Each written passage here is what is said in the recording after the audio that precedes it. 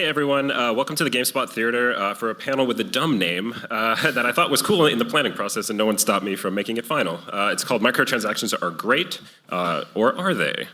So one thing, I had 4 exclamation points originally and they edited it down to 3, so there is some kind of, yeah. So my name is Eddie Macu. I'm an associate editor at GameSpot Australia.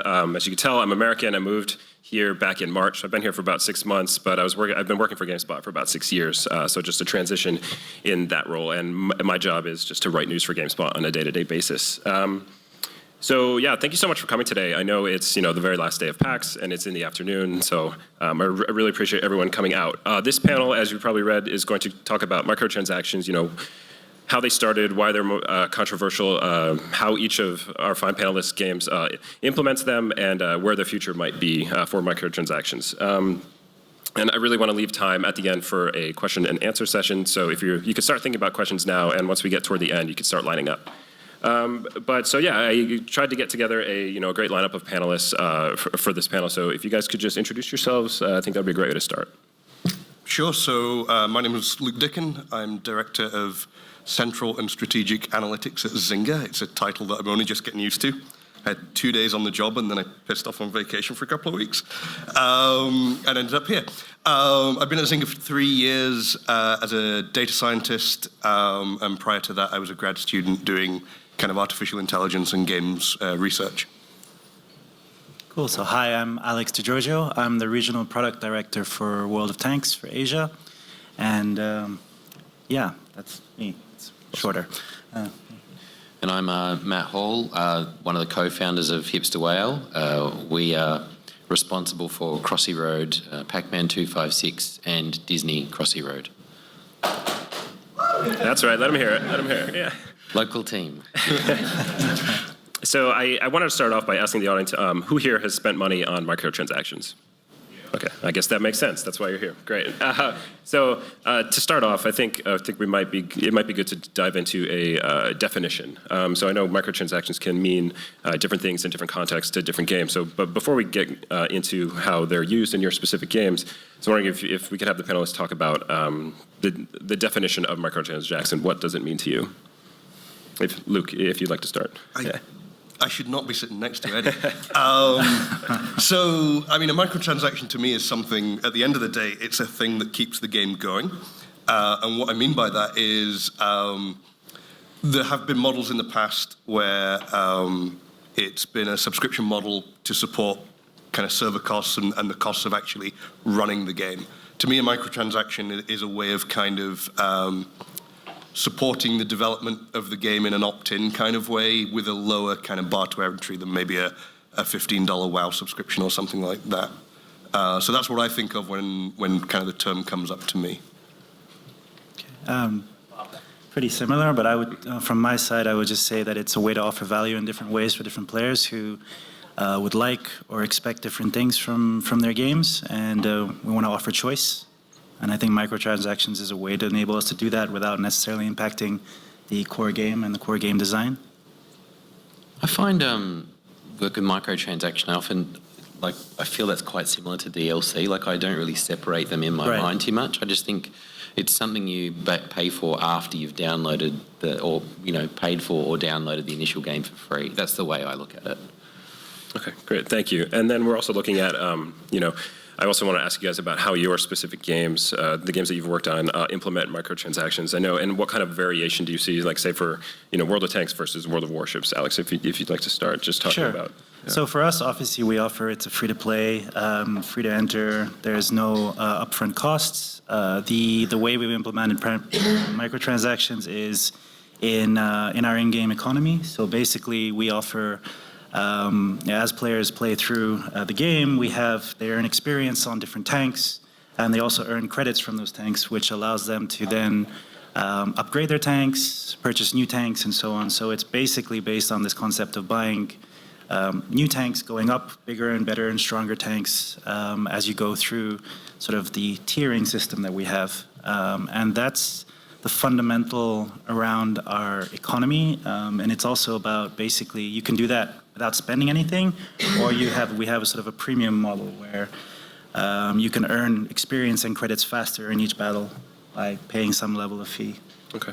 And then, Matt, if you'd like to talk about just, because I know Crossy Road and Pac-Man, they handle microtransactions in a different way. Yeah, I mean, we're hardly experts on the field. With Crossy Road, the idea was a lot of talk about best practices with free-to-play games, and we laughed at the idea because microtransactions had only been around for a few years. Right. And our approach with microtransactions and advertising was that we felt that no one had it figured out, so we wanted to try an advertising first scheme, and microtransactions were just an addition to that. But we're continuing to play around with microtransactions in all of our future titles and figure out if there's a different/better way. Yeah, I mean, I think that's a good point. Is that when we launched World of Tanks, free to play really wasn't a very common thing. It wasn't something that was it was becoming the sort of flavor, but it was still very much your boxed titles,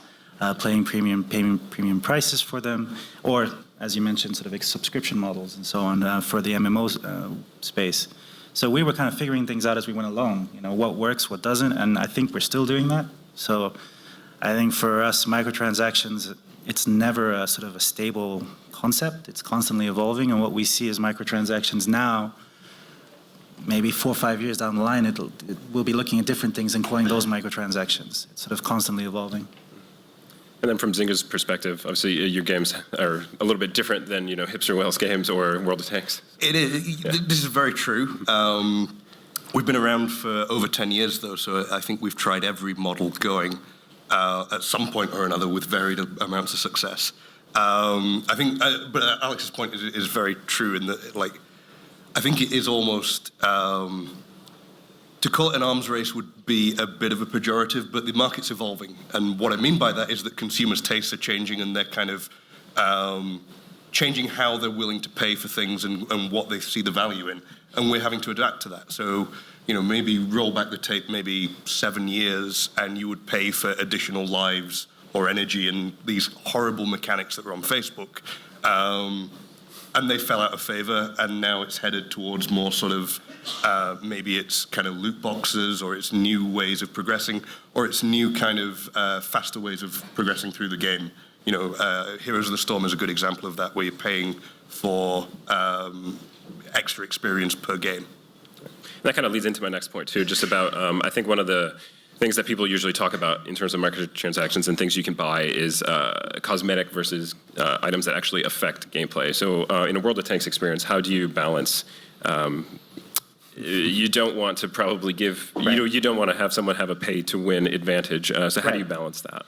I mean, look, World of Tanks it's PvP 15 versus 15 competitive gameplay. So balance is kind of like our daily livelihood. Mm-hmm. And at the same time, we are offering, premium tanks and unique tanks. And so, yes, it's something that we're constantly having to adjust. We're balancing more than 400 tanks in our games, which offer different game mechanics, different styles of play. And when we offer a new premium tank, for example, the first thing that, any player that's seeing that in the shop is going to say is, well, is that tank, if I buy that tank, does that just mean I'm just going to be able to win every battle? And the point is to be able to say, no, it's still based on skill, on team play, and everything. But these premium tanks will offer some kind of unique gameplay, some kind of strength. Maybe that suits your style, or it's something visual aesthetic you like about it. So that's where we kind of focus. We do want to offer those options for players who want them, but they should never break the gameplay. So it is cosmetic gameplay in terms of fitting to your particular style, but they don't offer you specific and like an overall advantage where there's no chance for you to lose. And we constantly look at that and balance that.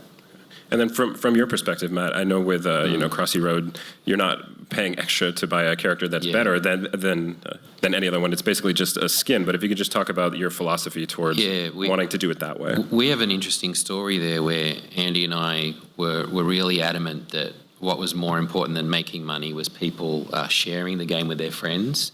And we felt that if you made any one character better than any of the others, people would, go towards that character and would reduce the talking point instead. We really wanted people to say, hey, I got the flea, isn't this awesome? I got 300 points with the flea, and no matter which character you were using, it was always going to be the same. In fact, some of the skins made the game harder to play. So if you, like Frankenstein turns everything black and white and there's storm going on, it's hard mode when you're playing with Frankenstein's monster. But then when Disney Crossy Road came around, we, reevaluated that. Like, that was something we absolutely wanted to do, but with Disney Crossy Road as a chance to experiment and say, well, was this really the right thing to do? So we did have characters that increased your score, and did sharing go down because of that? It's impossible to measure, but that was a big difference between the way we approached those two titles. And then you had each mentioned how you've experimented with different microtransaction systems and models. So if you could just talk about the feedback that you've heard from players, and have you ever, changed something directly as a result of what, has been said about your game? Yeah. With Crossy Road, we got pretty much universally positive feedback. It was really just up to us to try to make things better. We didn't. With regard to reacting to the players, we would often just do that through Twitter. We would see what are people talking about, or what they like or what they don't like, and just fiddle with things that way. We weren't really optimising for money. We were optimising to make sure that people had a great time and would tell their friends about it as big in numbers as possible. Yep. Is there anything you want to add to that, Alex?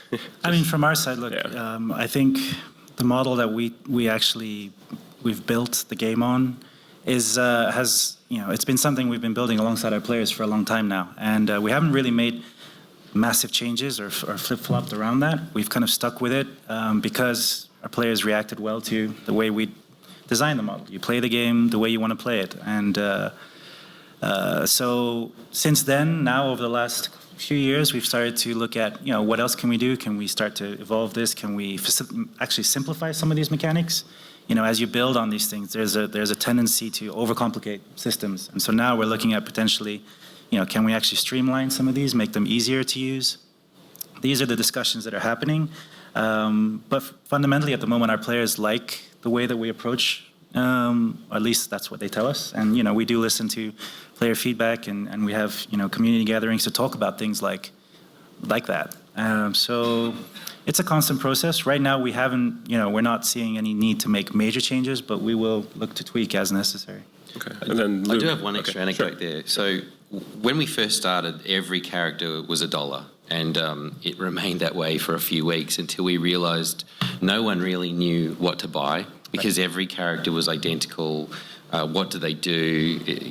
Is there any value to doing this? And we were suffering, players were suffering paralysis of choice. Yeah. So within the first basically our first major patch, we introduced the piggy bank, which was 3 times the price. It was upfront, and then had the additional benefit of increasing the number of coins you get in game, and that instantly became our biggest seller, and greatly increased our revenue and made the game better. So it all worked out really well.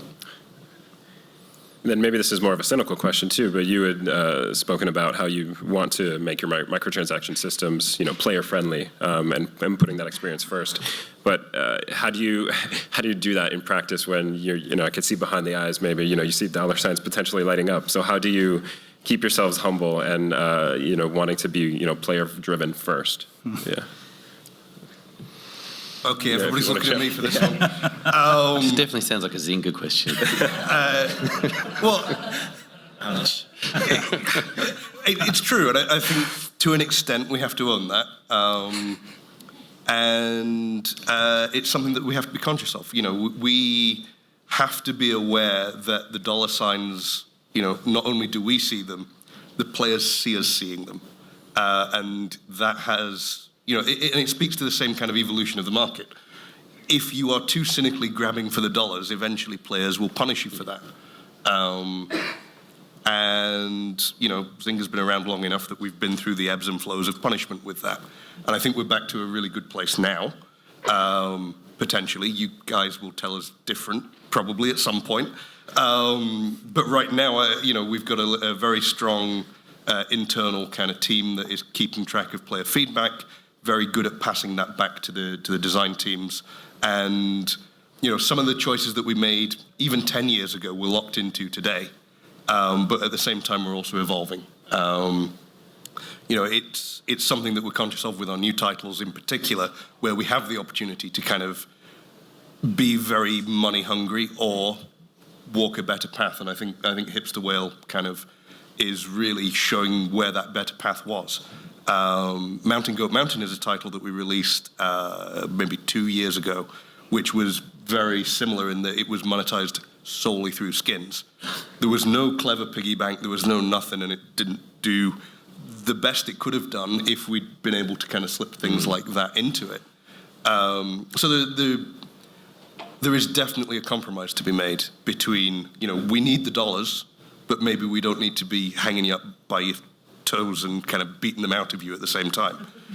So with Pac-Man 256, we were far too generous with that title because it per user it made so much less than Crossy Road did, and we were just trying to feel out within ourselves like where's the icky factor, like what feels like the wrong thing to do, and with Pac-Man we just didn't go far enough. There was not enough things for people to buy. We weren't motivating them to stick around long enough, and so we got a huge number of downloads. But we definitely would have been happy with that title if it had also been a big financial success. So yeah, we made the everyone makes mistakes, and we went too far one way. Yeah.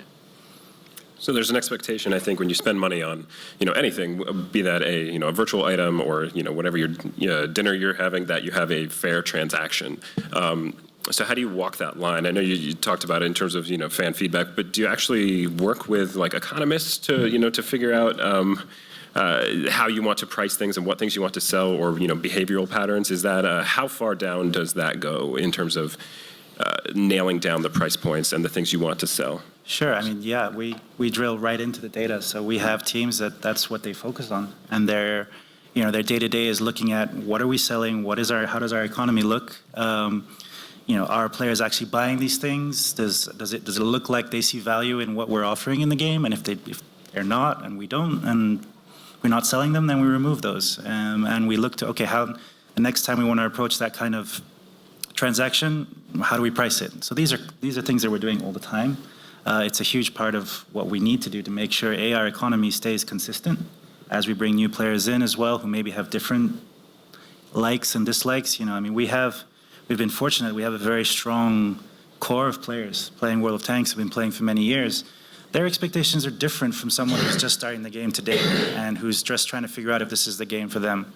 So figuring out what's the right type of way to approach those players versus players who've been playing with us for 5 years, that again is it's another level of the dynamic you have to look at, and make sure that there's value for those players and value for the players who've already bought every tank in the game and own everything. What can we offer to them? Because they do want to buy things. And this is, again, coming back, I think, to your point, is that, it's not just about trying to find things to sell. It's trying to find things that players want to buy, want to find things. They love the games and they want more stuff. And how do we give it to them at the right price? And that doesn't affect the game or break the game. Yeah, it's like the things I've been a big fan of over the years, not necessarily video games. I want to, as a fan, contribute to the success of that thing. And as a game developer, you need to make sure that you have those things so that someone who absolutely loves everything that you do can help you out and help you make more things. And if you don't give them the opportunity to share or buy, then it sort of does the game a disservice. Yeah, and sort of going back to the other point you made, I mean, our games are super social, right? I mean, we're living in that environment now.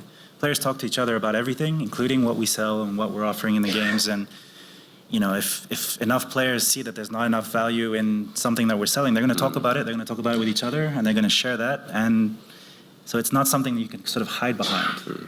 Everything's out in the open. And expectations change so frequently. I mean, from my point of view as a consumer, my attitude to microtransactions has been like a roller coaster over the last 5 years. It's like, that is why? How could they do that? And then 2 years later, we put that in our game. It feels a little.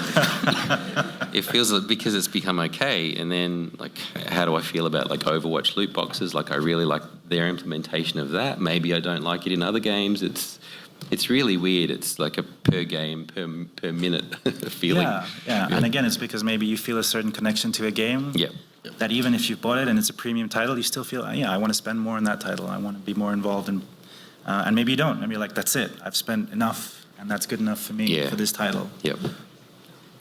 So obviously, probably a reason why a lot of people are here today is, microtransaction systems are highly controversial, as people have been talking about on this panel and at large. Every time we write about microtransactions on GameSpot, the comments are many, many more than on a typical story, much more spirited, I guess I would say. Why do you think people get so, hung up, or not hung up, but get so worked up about microtransaction systems? I know, does it come down to, it's their money in their pocket that they're handing over to you, so that's obviously very important to them. But why do you think people get so worked up? If you'd like to start. I mean, for me, the thing that I feel occasionally and see in the comment sections on websites is people really don't like the idea of having content being gated behind paying more. And they feel that, I paid for the game, why don't I have the entire game? Which is a point of view, and possibly, it's certainly a decent enough stance. It gets into a little bit more of the kind of, okay, but it costs something to run this game and all the things that I started from, I think. But I feel like it's not just the dollars in the pocket, it's also this kind of, but this whole thing should be something that I have access to. I don't know, maybe you guys have different... I do. I've been playing games for a really long time, and the first DLC that ever came along, I remember feeling a little, why are you doing this? I paid for that same game last year for this amount, and now you. But after reflecting, games have been $50, $100 for the last 20 years. But the cost of making these games has absolutely skyrocketed. That's more people are coming in and playing them, so it's making this okay. But that curve does not fit. We can either, if from a AAA standpoint, you can either, okay, we're going to keep our budgets flat at this point onwards because no more people are coming in and playing games, and that will result in a stagnation of quality. We're all expecting AAA games to get better year after year, and they keep doing that, but. It's just unsustainable. So you can either play Shadows of War and buy a few loot boxes, or get a smaller scope game next year. Yeah. I mean, it's the other side of the coin, right? It's that the development costs continue to rise. Games get better and better, deeper and more complex, and expectations rise alongside. So it's never gonna. I don't see that ending anytime soon. But as you said, when I first started buying games, it was anywhere from $70 to $80, and it sort of stayed there and stayed flat. In some cases, declined. Doesn't really make sense. But when you're as a buyer of the game, you're like, great, I can get this even bigger game on the new platform, but then something has to give at some point. And so they're trying to figure that out, right? I think DLC was an attempt to figure out, well, we can still offer the core experience, but if you want extra content, okay, well, that's something someone else has to work on and build and develop, and then we can sell it separately. I hated it. When DLC came out, I was just like, what is this? I don't want to spend more money on this. I have more games that I want to buy, and other games that I want to spend time on. So. That's the danger too. I mean, if you annoy your customers, there are so many games to migrate to, and so it's something we have to be, all AAA gamers, we don't. If you're experimenting that space, it's something you do have to be careful with. I remember Jason Rubin came out here in 2004 when he was the head of Naughty Dog, and showed a chart of what Crash Bandicoot took to make, and then what Jak and Daxter took to make, and then what Jak 2 took to make, and he just had this. And I couldn't believe it. It was like, how could a game possibly take $10 million to make, and now they're 100? It's absolutely insane numbers, given the games cost the same now as they did back then. So I kind of did want to drill down into that a little bit more, just the economic realities of developing games today. I know you guys had just spoken about, gamers are always asking for higher fidelity, more features, and that obviously comes with a price tag that's higher than it was before. So in terms of do you see microtransactions and DLC and expansions and things like that as a natural next step that is what helps those games stay profitable? Are we going to see more and more of this in the future? Maybe it's an unnatural next step. Yeah. I mean, from my perspective, look, World of Tanks it's not just how do I say this? It's a game that continues to exist 24/7. We have players playing all the time at all times of the day, and we have to service those players, and we have to be there for the players. Our community guys have to be there. Our customer service people have to be there. It's a whole economy behind the game that we have to support, and that's not going to go away because we want to continue to support the game, and we expect the game to continue to grow and so on. So that's our reality, and that's how we build our business as well, is around that, is that we're not just, here's a game, ship it, okay, support it for a while, but we've got the next game coming out, so we need to start focusing our resources on that. It's like, this is our game, and we're supporting it all the time. So that's, from our perspective, and being a free-to-play, that's where we are now, is a natural evolution. Whether that's the same for, AAA titles, that's a separate, to me, that's, I look at them very differently, just from how they operate their economics. Okay. And, with free-to-play games, you guys are all, experts in that field with, Zynga and Wargaming, Hipster Whale. The games are, I feel like, democratic in a way in that, if you don't like it, you can just, you won't spend money on it. You'll go off and do something else. So, that must actively encourage you to create, the best possible content, because if you don't, people will leave. So, trying to find a question in that.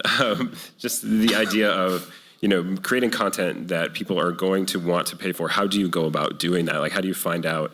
How do you discover, what people really want, and then put it out there for them? If I knew that, then I'd have a hit game every time. I mean, from our point of view, like being a data and analytics guy, that is kind of effectively my bread and butter. Is what are people reacting to? What are they buying? What are they spending? Where are they? Are they staying in the game still, or are they leaving? And kind of using our insights into the game to kind of walk back to, from symptoms to diagnostics, basically. And then we surface recommendations to the team based on that. So that gives us we get the insight from the numbers, and that insight is kind of passed to design teams and product managers who can turn those numbers into, okay, well, we did this and everything tanked. We should not do that again. Until next year, when all the expectations change. Well, next year it'll be somebody else's problem, because we'll all rotated round and there will be no institutional learning, so it's all good. Yeah. He's laughing because he knows. It's true. I mean, at the end of the day, it still just comes back to the game itself. If it's fun and people want to play it, they're going to keep coming back to it. They're going to keep looking to open up new elements and play more of the game, and we shouldn't forget that. Like everything else that we do around it is us trying to be smart and clever and figure out how to sort of best manage the game. But if it's not fun and people don't play it, people don't have fun with it and don't enjoy the experience, they'll go somewhere else. It's a game, So if you try and get too far away from that, I think you get yourself into trouble. And another thing that is often, discussed is the term whales. So the idea that someone will spend a lot of money, sometimes an absurd amount of money. There was a news story recently about someone who spent $15,000 on Mass Effect 3 in terms of the extra cards that you could buy for that game. So I'm just wondering if you could talk about, do you see this kind of behavior in your game, or is this just like a story that gets blown out of proportion every time it does? Are there actually whales living inside, apart from hipster whales? Are there actually whales in your games? Hipster Whale was named for this phenomenon. We were making fun of it, slightly hungover one day at a game conference, and that's how we came up with the company name. With Crossy Road, that was a deliberate attempt to make a non-whale game. There is no way to be a whale in Crossy Road. The most you can possibly spend is buy every character, and congratulations, you're at $100. I mean, it was never the intention for that title, and we specifically wanted to make a little bit of money from everyone rather than a lot of money from some people. But that's for Crossy Road. I mean, we are definitely interested in pursuing alternate, in chasing whales, I guess, a little bit with some of our other titles. But it really depends on the audience and what you're making, and it also requires so much more work to try to make a game. You know, with Crossy Road, we just had to make a fun game and get people to watch ads along the way. I mean, it wasn't that difficult. We didn't need to play around with, funnels and making sure that this person feels motivated to spend at this exact time. We made that game in 3 months, and we were just lucky it worked. Our methodology worked, but we'll be making different types of games in future. Then I was at the panel yesterday, Alex, of yours for World of Tanks, and I know there was one gentleman who stood up and said he's probably spent, he didn't say a number, but it sounded like a lot of money on your game over the years. So what's your reaction when you hear something like that? Because I can't imagine that's very normal. I mean, what can you say? I say thank you. It's great. Obviously, when we have, guys who are willing to or want to, spend that amount of money in our games. And those are people with disposable income, right? Yep. Right, and it's a choice they make. They see the value and they want to own them, and we're very grateful to them. I think if you start whale hunting and if you start going out there specifically building games for that to try and capture that, then you get yourself into trouble again, because it should be a secondary reaction to something. Their feeling of, I love this game. When I'm in this game, this is what I want to be spending my time and money on, and I can, so I do. If only the whales play, it would be a very, very thin game. Yep. You would have 20 people playing tanks. I mean, one of the things that I think, having joined Zynga 3 years ago, one of the sort of cultural shifts that had already happened by the time I got there is that we don't talk about whales internally. We do have VIPs in our game, but we refer to them as VIPs. And I think that is something that is... It's more of a cultural change and kind of just that shift of kind of psychology. This is not somebody who we're hunting. This is somebody who we're courting, who we're trying to kind of satisfy. I like it. Sure. But the point is that it's effectively customer service. Yeah. It's rather than being an exploitative practice, you can frame it in a way that is like, okay, this person likes this thing that we built. How do we keep them happy? How do we ensure that they're feeling like they're valued? How do we kind of continue to make them engaged to justify the fact that they're willing to engage and kind of invest in our product in this way? And just that subtle change in even language really, I think, has changed the mentality quite a bit. I was a whale when I was younger. I spent, tens of thousands of dollars on CDs. I'd go out to the store and buy music each week. I mean, I was a music whale. I mean, I'm sure most of you have a hobby you've spent far too much money on. If that's focused on a single game, I mean, as long as if that game has enough content and is keeping people engaged at that level, people are happy to spend their money on what they enjoy doing. So do you guys think that, microtransaction systems will become more, generally accepted as time goes on? I recently went to China, and they talked about in their mobile games that, it's just accepted. That's, it's understood that you will pay extra for these free games. So do you think it's just a matter of time before it becomes more commonplace and accepted here? I think it's already commonplace. Yeah. In terms of being accepted, I think that that's a process that's happening now. Again, and we still see these sort of rejections in certain situations, in certain scenarios. I think that's more down to the mechanics of the microtransactions. And again, if players think that, well, this is actually just either really sealing me off from content that should be available or giving someone an unfair advantage, they'll still push back, and which they should if they feel that way. But I think it's already becoming some level of norm. As to how that norm will evolve, that's something else. But I don't think they're going away anytime soon. Yeah. And then I kind of want to switch gears a little bit and talk about the Activision microtransaction patent that recently came to light. So the idea here was that they explored a system in the game, or a patent for a system that would deliberately lead players towards microtransactions by, say, matching them with someone who had, X gun or something and then or a high level player. So when they saw them perform well, it might drive them to want to do that. And Activision later said that they only explored this, in a research and development standpoint. But I'm wondering if you think this is microtransactions being big business despite the name. Do you think this kind of system is inevitable in games that we might see, games purposely driving players toward a specific item? I think that's been there. I remember playing World of Warcraft around launch and, walking past the mailbox in Orgrimmar and, oh my God, that's the main tank for the guild of the top leading guild. Look at his gear, and then we'd all stand around and look at what that player was wearing, and that motivated us all to want to play and reach those levels. It's hardly new. Yep. I find patenting the idea patently ridiculous. But it's just like people are going to, you see someone walking beside you, maybe they're wearing a cool jacket.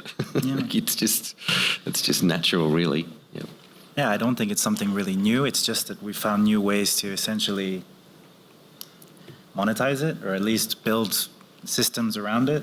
But it's taking a very old craving, which is if I see somebody who's achieved something and they're at some level and I want to get there, how do I get there? And again, then it's a case of, am I getting there by actually succeeding and being good at the game or having skill, or am I just spending money to get there? And again, that's where people can draw the line. I think the story made it worse than what it actually was. It sounded super insidious. Right. Yeah. I mean, one of the things about it is that I think that specifically is quite insidious, and I say that as somebody who is a data scientist and kind of builds systems like this. With that said, having a patent on it is actually really interesting, because technically what that has done is take that technique out of everybody's toolbox. So nobody but Activision could use that as a technique nominally. It's a back-end thing, so how would you ever know? But legally nobody but Activision can do it, and Activision have said that they don't want to. They said that they just patented it because it was R&D. It's kind of an interesting space to be in that, like, theoretically now nobody can do this thing. And it did feel kind of black hat to me, because, like, the distinction between, like, you organically come across somebody with gear and kind of want to actively kind of go, it gives you that kind of star in the sky to chase, is really good. Yep. Artificially kind of setting up situations through matchmaking to kind of create that environment where you're going to be kind of like, oh, I want that sniper rifle, therefore I'll pay money for it. I don't know if you can say it's more insidious than it's, it sounds pretty insidious. But I think you've hit it on the head there. If you want to abuse the system, you can, and then it's about being called out on it. And some, maybe some developers will try and take that chance and take the risk. If that's a risk they're willing to take. Another really interesting topic these days is loot boxes. It's already been mentioned today on this panel. Obviously popular and controversial. I think part of it, or it feels that way, the psychology and the behavior of, holding down a button and waiting for the box to open, that thrill you get right before it opens, and the randomization of what you might find in there. So I'm just wondering if you guys could each talk about this trend of loot boxes, because we saw in Star Wars Battlefront 2's beta, they're in there obviously, and then that system was called out more so than in Overwatch, which I think people will generally agree handles that in a more player-friendly way. So I've not seen the Battlefront 2 beta, so I've no idea what they do. I think that loot boxes are really interesting problem in some ways. It's about, on the design side, it's more about kind of spinning out content than anything else. We can kind of have you chase a few really cool things, and it's a low drop rate, and everybody acknowledges it's a low drop rate. So, like, you're not going to get it, and you can grind through the loot boxes, you can spend through the loot boxes, but at the same time, like, it's something for you to chase. I don't think they're going to go away anytime soon, and I don't necessarily, as a player and as a dev, I don't know that that's a problem. Well, I think my understanding of what the issue with the Battlefront 2 loot boxes is that there were questions around, there were things in there that actually would impact your ability to win in the game, which is always going to be something which is going to be controversial. And, you know, the loot boxes in Overwatch, by definition, are purely cosmetic, and you know, cosmetic customization is a great tool to personalize your game. Doesn't impact gameplay. Do I think loot boxes in that context are necessary? In that context, are the best way to do it? You know, again, that's personal approach, right? Living in and working in gaming in Japan for the last 9 or 10 years, you know, I mean, obviously they've taken the loot boxes and the gacha systems and so on to very refined depths, and it's interesting how you see players now who spend more time in the gacha systems than they do in the actual games. A lot of the streamers that I follow in Japan will spend most of their time streaming them opening loot boxes, and that's the part that they find exciting. That's the thrill. That's where they want to spend their money. Do we say to them, "Hey, loot boxes are evil. You shouldn't be doing that. You should play the game"? You know, so. I mean, Galaxy of Heroes, you get to a point where the loot box collection is the game. Right. And a lot of the games, a lot of those games, their end game basically becomes that. Yeah. You know, it's getting those rare items and getting those, you know, so those rare customizations, and sharing it with your friends and being the cool guy who actually managed to get it, and so on. So, is that the future of gaming? I don't think so, but it's certainly a certain part of gaming which players do. You know, some players see value and enjoy it. I think. I mean, for single-player games, when you're throwing loot boxes in there as a way of getting through that, that definitely raises some eyebrows. Yep. Compared to, like, it's a tough one. I mean, I bought 10 loot boxes this morning in Overwatch because I didn't get to play this Halloween, and I really wanted the Halloween skin. Right. These time sort of things, like, I'm totally okay with that, whereas, you know, my wife and daughter didn't have to buy loot boxes because they had time to play this month. But every free-to-play mechanism has a chance to mess with game design. And I think in single-player games, it's more obvious than ever, like, what's going to happen there. There's a very good chance of you breaking a single-player game.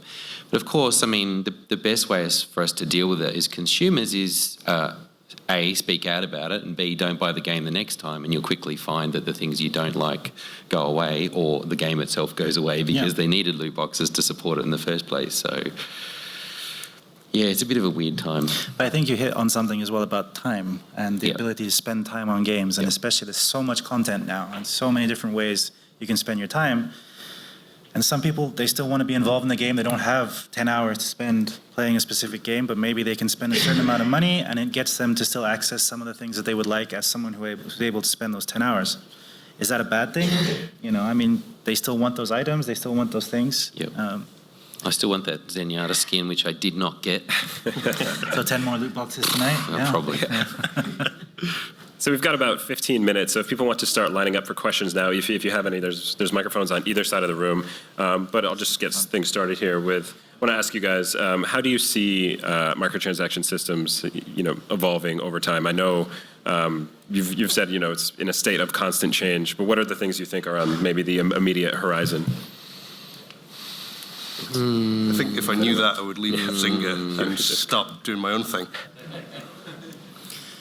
I mean, you just want to play. Like, for me, playing a lot of games, and like we've done a bit of read in the future. I mean, we were an innovator with Crossy Road and the rejection of the whale culture, but successes like that are far and few between. It's pretty difficult to predict the future. I think you'll just start to see, you know, loot boxes will probably go through some evolution. Probably someone will go too far, take it too far.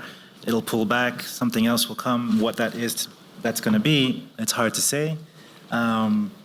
It's a tough one, really. If they're not fun to open, people won't open them. Right. All right, we'll start with questions on this side of the room. Go ahead, sir. I was just curious, other than stuff that's blatantly pay to win and horse armor, what's the cheapest, most underhanded, or evilest microtransaction or free-to-play model you've ever seen? Well, I think the Blizzard know that I'm a Zenyatta main and refuse to give me Zenyatta skins. And if anyone is here from Activision, you know, go to hell.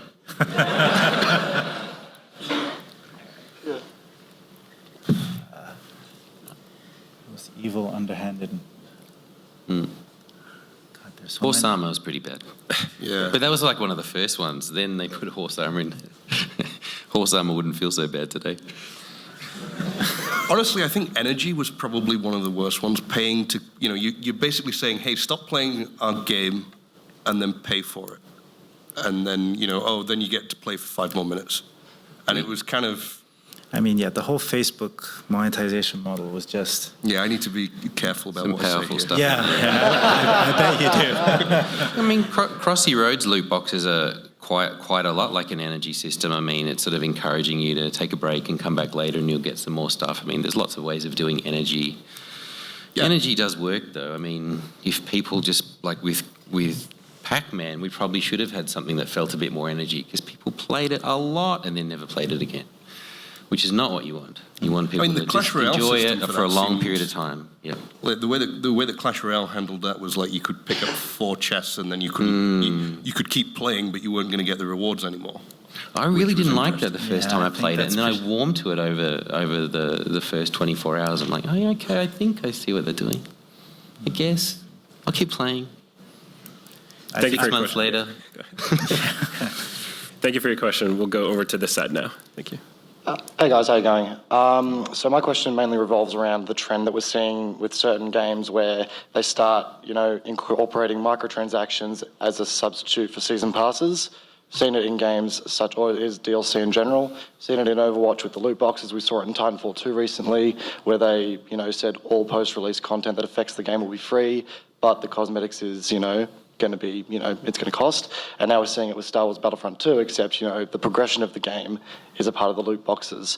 So what's your thoughts on that whole trend that we're seeing, because, you run into the issue of, is there really as much value in a RNG loot box in the form of a microtransaction when you could be offering proper DLC, assuming that it is actual DLC and not been cut out of the game to be, purchased later?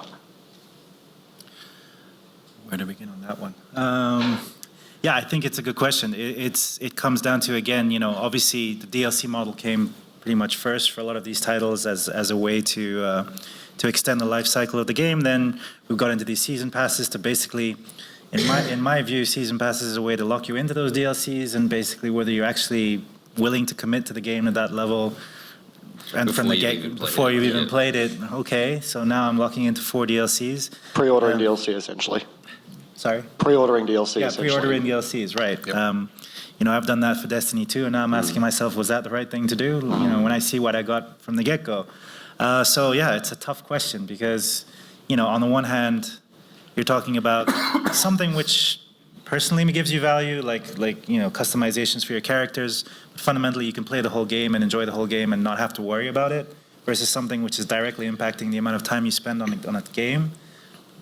I mean, with the caveat that I think in general, I think we would all say probably that loot boxes should never have stuff that's kind of the pay to win. Oh, never. Yeah. No. And if we get to that stage, that's when, I would expect players to revolt and, Players are always revolting. Terraria is a Next really level. interesting. Terraria is a really interesting one where the developers refuse to put DLC in it because it means it'll split the market. People can't immediately join in, and you're keeping the community together by not having DLC. But of course, that game's could have made a lot more money, and they could have hired more staff and more updates. They were, they killed that game for a little while there before they came back to it a year and a half later. So, it's just pros and cons to everything, really. Cool. Thanks, guys. Go to this side now. You actually just answered my question. Oh, okay, great. You're Still welcome. stick. Yeah. Go ahead. All right. So my question comes with loot boxes and problem gambling. How do you identify players who spend too much? And how do you stop your game just being a loot box opening simulator or just that slot machine, as opposed to a racing game or that awesome adventure game? sorry, I looked at you. Yeah, that's a good question. I'll take that one to begin with. So problem gambling is something that's really important for me personally. Like with Crossy Roads, we ban all ads for, anything that looks like a casino. You're not allowed to see those ads in our game, and we'll shut down ad providers who do it. Of course, we have a random chance, simulator and Crossy Road. But for me, 10% of the population is going to be addicted to gambling. We don't want to expose those people to it. I'd like to think that Crossy Road is not a substitute for someone who wants to go to the pokies and turn their life around. If there's not a possibility of winning money, then that's how I draw the line. That's how I draw our line. But other people will approach it differently, and then there's other people who really don't care at all. Like, problem gambling is not a problem. So again, it's I think possibly government legislation would help in this case and let people know per country what should and shouldn't be allowed. And they've done that in China, for example, and I think it's coming. And other countries. I think it's coming, and I think it's a natural evolution as well. Once you get these more and more complex mechanics, and we've seen some mechanics being banned in certain countries because it just really is very close to gambling, and it's so far away from what a game should be. We've built our mechanics basically avoiding most of those concepts just because we don't need them in the game for the most part. And I think sometimes you can do them for short times or have them as a special event. Yes, it's something that some players want and some players enjoy. So again, it's how you build it and how you build it into your game design. And if you start building it as a core of your game design, you're getting into very dangerous territory, I think, potentially. Thank you for the question. We'll go to this side now. Just quickly, thank you for doing this. It's a very controversial topic, and I admire the ability to sit in front of a crowd of people and actually address this. I have a question in regards to... We are the devil. I have a question in regards to crunch. Do you think microtransactions can make that crunch period worse, or in some cases make it better by taking the pressure of a deadline? I think with Overwatch, it kind of feels like sometimes they're stuck in permanent crunch, constantly releasing content. The treadmill more than crunch, yeah. Yep. So does it make it, in your cases, better or worse? Can it help or...? Yeah.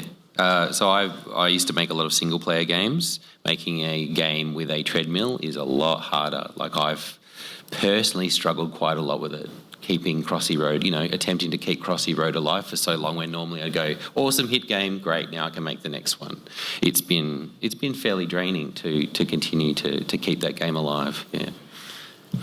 I mean, likewise, it's our game is big and broad and has a lot of content, and there's a lot of demand for new content, and we're constantly pushing new content and game modes, and we have guys working on it around the clock, essentially. I don't think loot boxes per se have an impact on that. It's more free to play than loot boxes. Yeah, it's the free to play. It's the game as a service model where you're basically supporting the title 24/7. It changes the concept of crunch in a way because, as you mentioned, it's more of this treadmill, this sort of continuous and ongoing exercise, yeah. But you can rotate the you don't have to do what we did and just have two people working on it for a long time. You can rotate the teams around, yeah. Yeah, so there are ways you work around it, and then you keep also people fresh and have fresh ideas. When you're working on the same title for a long time, you can get locked into a certain mindset. So I think loot boxes, it's kind of a separate thing. Yes, it can affect in the sense that you're having to potentially create new content specifically for those loot boxes if that's what you're doing, which again is another topic I would think is if you're building a whole separate entity just to create content for loot box, that's another grind, another treadmill that you've got somebody else running on. But so to disagree a little bit. Yep. You do get a lot more control over the speed at which people can get through the content simply because you've got much more control over the math at which you drip it out through the loot boxes. So I think you can do it in such a way that it's probably a little bit of a shift, but it's more of a shift than it is a solve. And the other thing to keep in mind is that it probably, the treadmill that you're describing is specifically an asset treadmill at that point. Correct. Which means that you're not necessarily grinding through features at the rate that we would have to. Like for a Zynga game, depends on the game. Yeah, it depends on the game, I think. Yeah. But we can definitely I feel like loot boxes give us an opportunity to kind of say, okay, we're going to front load this much content. We're then going to do this, and this, and then we're going to drop into what we call bold beats, which are effectively new features, but we're less kind of stretched on that as a result of being able to drip content out through a mechanism like a loot box. Thank you. Great. Thank you for the question. We'll go to this side now. Thank you. What's your opinion on the possible oversaturation with microtransactions, as the AAA industry seems to be obsessed with short-term gains over long-term gains, and it could have potential long-term effects on the gaming industry? It's what we were talking about before with the budgets, etc. I mean, the publishers have to solve this problem somehow. You cannot keep getting a bigger and bigger and bigger game. It's just unsustainable. So this is what they're trying. If it doesn't work, they'll try something else, or they'll stop making games. Yep. No, I'm good with that answer. Okay. Great, thank you. We'll go to the side now. Hey, g'day fellas, how you going? Once again, thanks for a controversial panel like you're sitting up here essentially defending microtransactions. I, like a lot of people, have spent just a dick ton of money on this sort of things. Mr. Wargames in particular, I've got 100+ ships in my port in World of Warships. I think I'm missing one premium and they don't sell it anymore because it was just broken as shit. That was the Imperator Nikolai. So that's why we don't sell it from anymore. that respect, a lot of games you've got microtransactions, DLC, whatever you want to call it, where it's either not pay to win, call it pay to shortcut, pay to side grade, pay for variety, something you may have taste in. That's great. I'm totally okay with that. I'm going to harp a little bit more on the loot boxes in particular, but I'd like to ask you guys a pointed question in regards to the morality of it. A couple of statements of fact. Apologise, I'm going to try and get through this really quick. It's science. Marketing is science. The techniques behind gambling, exploitation of human psychological mechanisms and responses is science. When you guys are producing content specifically around this, the effects are known. It's a formula in with a known output, essentially how it works. And at this stage of the game, you guys still have the keys to the vault on a very unregulated set of gambling. Essentially, how do you feel knowing that these are elements you're introducing into your games for a profit, having full understanding of how they work, and how do you feel about what will inevitably be a pushback in the future because it can't stay unregulated forever? And how do you think about tackling the fine balance where, again, a question relating to saturation, as the other gentleman just mentioned, there's going to be a point where if you push it too far, gamers will start fighting back, and it's going to get to the point where they may even wind up joining hands with the old arch nemesis of angry rich white people sitting in government who love to beat on video games. As soon as a movement springs up which appeals to these guys saying, we've got some evil video games people here introducing gambling to our kids, you guys have got to get behind it and stomp on this. There are going to be a lot of people happy to come down on you like a fucking ton of bricks. We've got about 20 seconds left, so if you could get to your question. Yeah, so that's basically it. The morality of it being that gambling's a known science and you're running it in your games. How do you feel?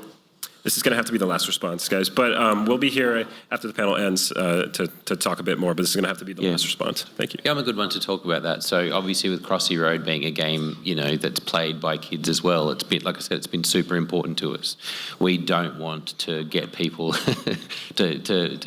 to associate random prizes with gambling, and we are not data scientists. We know, the most I knew about before was Skinner boxes might help people to play longer, and that's all it is to us. There is you can't get money back out of it in the same way that the massive controversy with the Steam, Valve, Counter-Strike, that really crossed the line for me. Yeah, that's genuine. And probably the most detestable thing I find in video games is the slot machine simulators that sit on top of the App Store charts here in Australia, because they are able to, they're made by the same people who make the same gambling machines and the thing. Right. But of course you can say, okay, we're going to make the odds here in the game where people can't win money really good, and then they'll take their skills to the casino and, get their life savings to go away.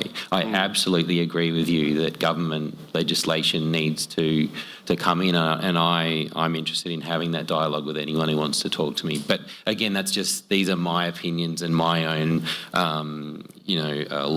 battle lines that I draw based on my own experiences, and other people are the same. Like my uncle, people can do whatever they want. If they want to gamble their life savings away, good luck to them. But I do not take that approach, because I know that some people just can't help themselves. What about kids? Yeah. Adults can be responsible. Yeah. But children are exposed to this as well. Ex- Don't know microtransactions that random gambling Yeah. versus cosmetic items. Like none of these games have warnings about children and the effects of gambling. Well, random chance is not gambling, in my opinion. You know, that anyone can talk about that at any level, but yeah, it is super important to us that we, you know, we take feedback very regularly about these sorts of things. Yeah. All right, we're going to have to cut it off there, but thank you guys so much for coming out today, and let's give a hand for our panelists, please.